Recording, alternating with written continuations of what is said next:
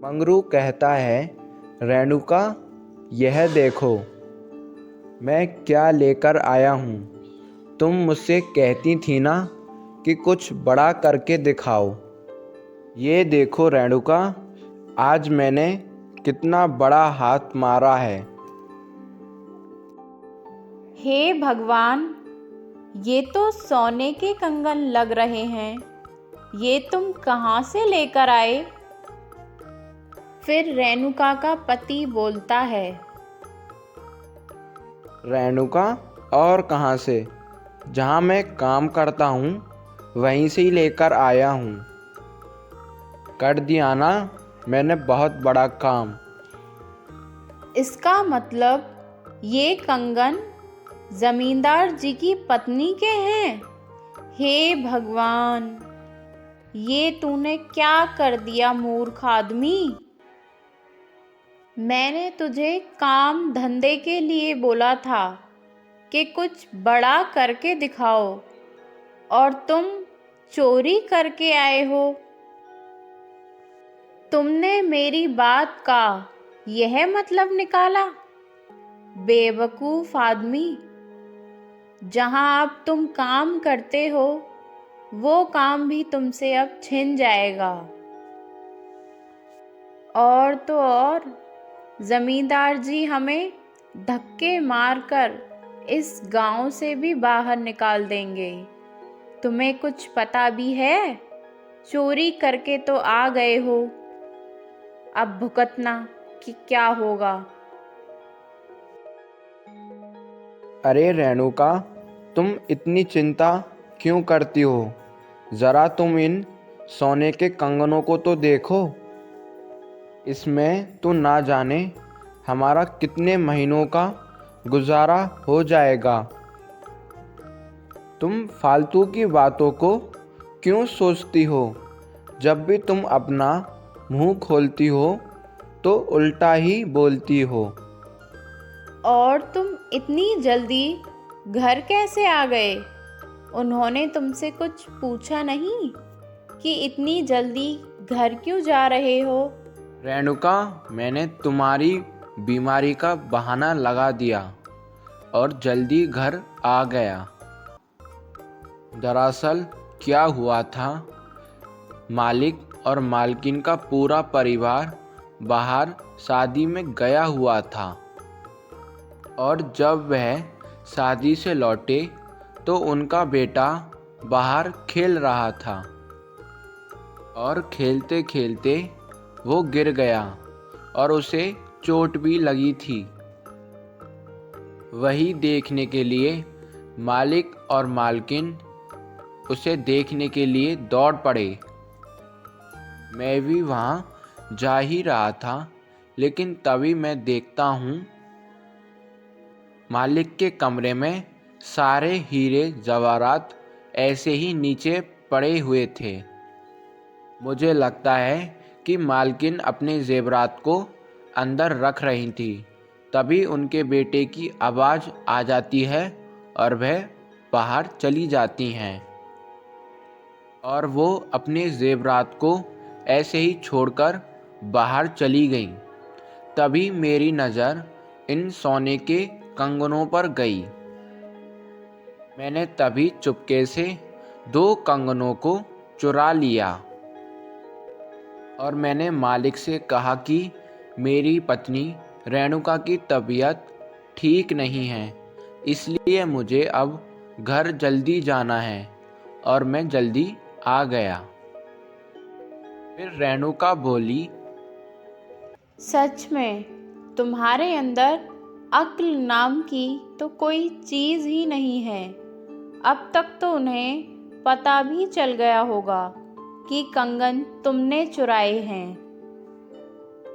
तुम जैसे ही वहाँ से निकले तो उन्हें पता चल गया होगा कि उन गहनों में कंगन नहीं है, और तुम भी वहाँ से निकल आए।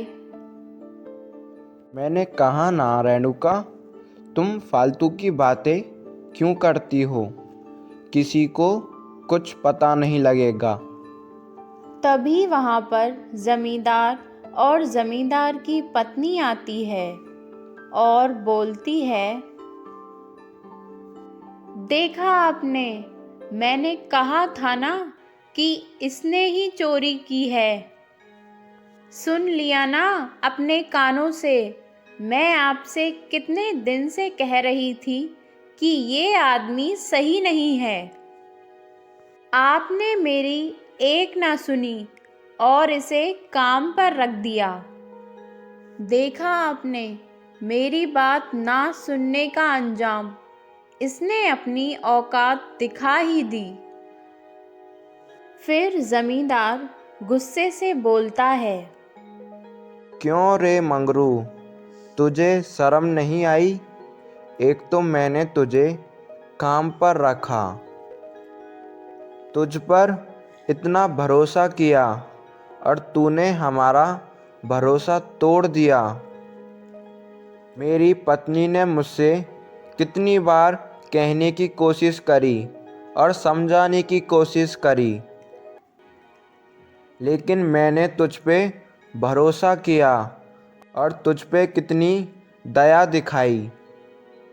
मुझे तो लगा था कि तुम एक गरीब और नेक दिल इंसान हो और शरीफ हो, इसलिए मैंने तुझ पे दया दिखाई। मैंने तुझ पे भरोसा किया और तो और मैं तो आज भी मानने के लिए ये तैयार नहीं था कि मंगरू ने ही कंगन चुराए हैं। अगर ये मुझे यहाँ ज़बरदस्ती लेकर नहीं आती तो मुझे तो बिल्कुल यकीन नहीं हो रहा था। मंगरू, आज तूने मेरा भरोसा तोड़ा है, अब मैं तुझे छोड़ूंगा नहीं।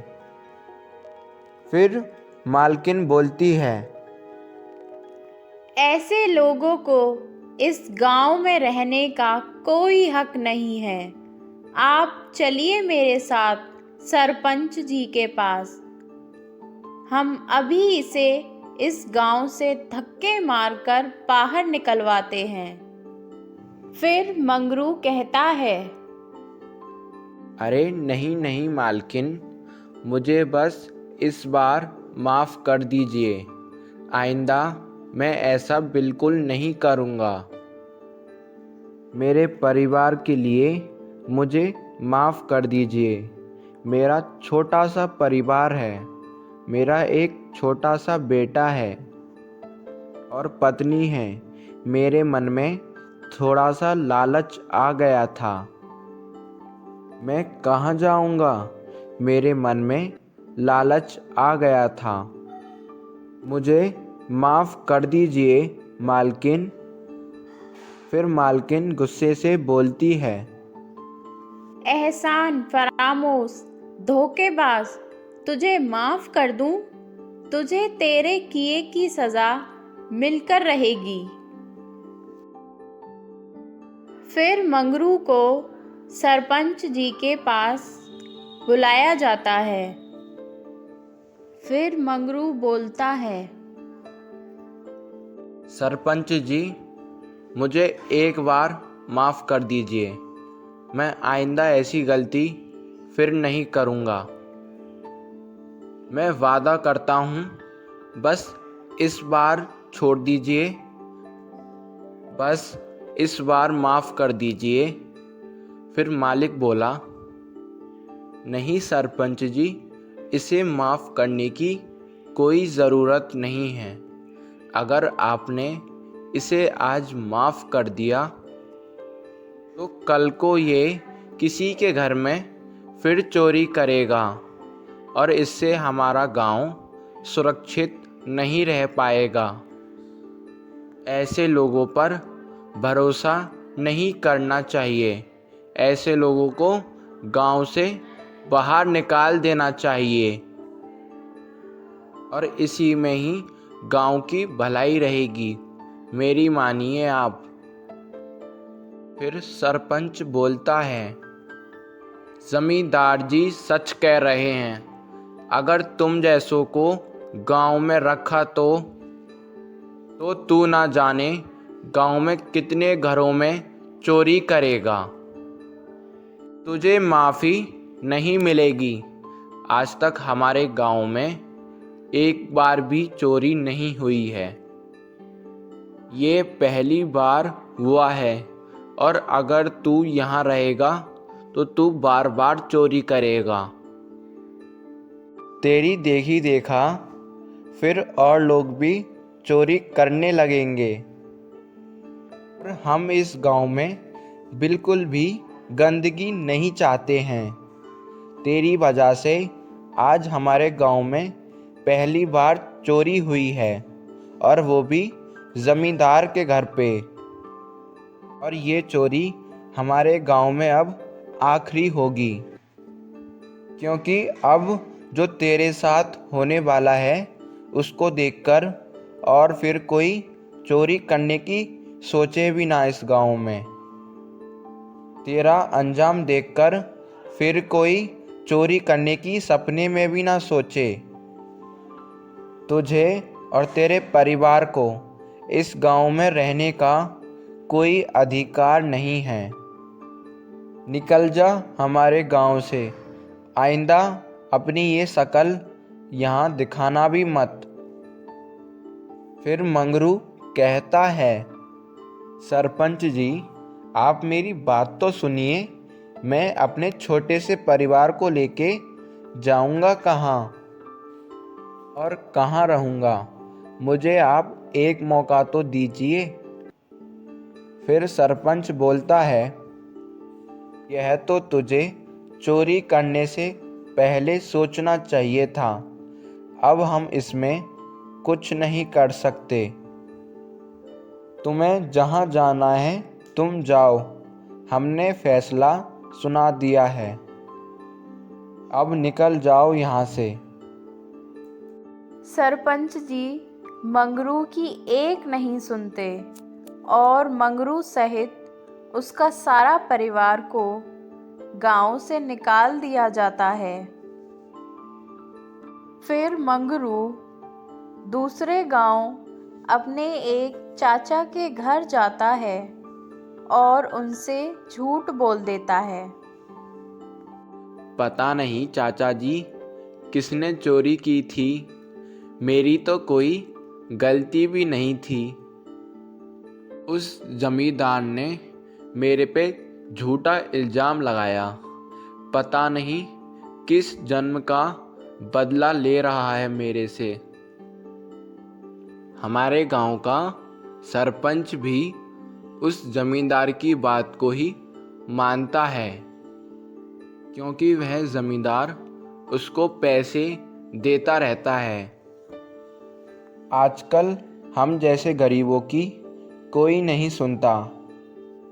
बस जिसके पास पैसे हैं उसी की सुनी जाती है। गरीब का तो कोई अपना भी नहीं होता। मैंने बहुत मिन्नतें करी। मैं उनके आगे बहुत गिड़गिड़ाया, लेकिन सरपंच ने मेरी एक ना सुनी और हमको अपने ही गांव से निकाल दिया। और उन गांव वालों को भी हम पे थोड़ा सा भी तरस नहीं आया कि मैं अपनी पत्नी और बच्चे को लेकर कहाँ जाऊंगा। मेरा आपके सिवा इस दुनिया में कोई भी नहीं है चाचा जी, इसलिए मैं आपके पास ही आ गया। फिर मंगरू के चाचा बोले, देखो मंगरू, तुम तो अपनी चाची को जानते हो। वह तो अपने मायके वालों को भी यहाँ रहने नहीं देती, तो तुमको वो यहाँ कैसे रहने देगी? देखो मंगरू, तुम बुरा मत मानना। तुम्हारी चाची का स्वभाव ही ऐसा है। मुझे माफ़ करना, लेकिन मंगरू मैं तुम्हें यहाँ नहीं रख सकता हूँ। फिर मंगरू बोला, ऐसा मत कीजिए चाचा जी, मैं तो पहले से ही किस्मत का मारा हूँ। एक तो उन गांव वालों ने झूठा इल्ज़ाम मेरे पे लगा के मुझे गांव से बाहर निकाल दिया और मैं यहाँ पे बड़ी ही उम्मीद के साथ आया हूँ चाचा जी। मेरे पास अब आपके अलावा और कोई रास्ता नहीं है। अगर आप मेरी मदद नहीं करेंगे तो कौन करेगा? कुछ तो कीजिए चाचा जी। फिर मंगरू के चाचा बोले, देख मंगरू, मैं चाहे लाख कोशिश कर लूँ, लेकिन मैं तेरी चाची को नहीं मना पाऊँगा। लेकिन तुम चिंता मत करो, मैं तुम्हारे रहने का इंतज़ाम करता हूँ। तुम एक काम करो, हमारे गांव के बाहर एक झोंपड़ी है। वहाँ पे एक बूढ़ी अम्मा बहुत पहले रहा करती थी। उन्हें अब 2 साल हो गए हैं गुजरे हुए और उनका इस दुनिया में कोई और भी नहीं है, ना ही कोई रिश्तेदार है। तब से वह झोंपड़ी ऐसे ही पड़ी है। तुमको बस झोंपड़ी में जाके उसको थोड़ा बहुत साफ करना होगा और मैं सरपंच जी से इसके बारे में बात कर लूँगा। फिर गांव में किसी को कोई आपत्ति नहीं होगी और मैं तुम्हें मजदूरी के किसी न किसी काम पर भी लगा दूँगा। तुम चिंता मत करो। मैं तुम्हें अभी थोड़े पैसे दे देता हूँ, उसमें तुम राशन लेकर आ जाना। लेकिन याद रहे, तुम्हारी चाची को इन पैसों के बारे में भनक तक नहीं लगनी चाहिए, नहीं तो वो मुझे भी तुम्हारे साथ ही झोंपड़ी में भेज देगी। जब तक तुम किसी काम में नहीं लग जाते तब तक तुम इन्हीं पैसों में अपना गुजारा कर लो। फिर मंगरू कहता है, आपका बहुत बहुत धन्यवाद चाचा जी। अगर आप नहीं होते तो पता नहीं मेरा क्या होता। पता नहीं मैं कहाँ जाता, कहाँ रहता और अपने परिवार का पालन पोषण कैसे करता। मैं और मेरा परिवार तो भूखा ही मर जाता। फिर चाचा बोलते हैं, इतनी चिंता मत कर मंगरू, ऊपर वाला सब देख रहा है, सब धीरे धीरे ठीक हो जाएगा। बस ऊपर वाले पे भरोसा रख। फिर मंगरू अपने बेटे और अपनी पत्नी के साथ उस झोंपड़ी में रहने लगता है। तुमने अपने चाचा से झूठ क्यों बोला कि तुम पे झूठा इल्ज़ाम लगाया गया था? फिर मंगरू बोलता है, और मैं क्या करता रेणुका? अगर मैं सच बता देता तो चाचा जी भी मुझे इस घर से और इस गांव से बाहर निकाल देते। और ये कौन सा मेरे सगे चाचा हैं, बहुत दूर के चाचा हैं ये मेरे। और मैंने झूठ बोला, इसीलिए ही उन्होंने मुझे पैसे दिए रहने के लिए। ये झोंपड़ी ही सही दे तो दिया ना। और अगर मैं झूठ नहीं बोलता तो कुछ नहीं मिलता। पता नहीं अब हम कहाँ भटक रहे होते। लेकिन अब शुक्र मनाओ, ये सब कुछ मेरे झूठ बोलने की वजह से ही हुआ है। फिर 2-4 दिन ऐसे ही गुजर जाते हैं। फिर चाचा जी मंगरू को एक दिन उस गांव के सबसे रईस के घर में लेकर जाते हैं। मालिक, यह मेरा भतीजा मंगरू है और इसे काम की बहुत ही ज़्यादा आवश्यकता है। अगर आपके पास कोई भी छोटा मोटा काम हो तो ज़रूर बताएं। फिर मालिक कहता है, अरे सुखिया, तुम बिल्कुल सही समय पे आए हो। मुझे इस वक्त एक आदमी की बहुत ज़्यादा ज़रूरत थी।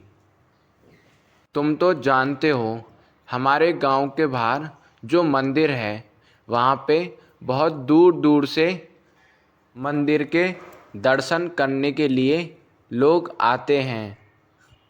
इसलिए मैंने एक धर्मशाला बनाई है और उस धर्मशाला की देख रेख में भी, ख्याल रखने में भी एक इंसान होना चाहिए।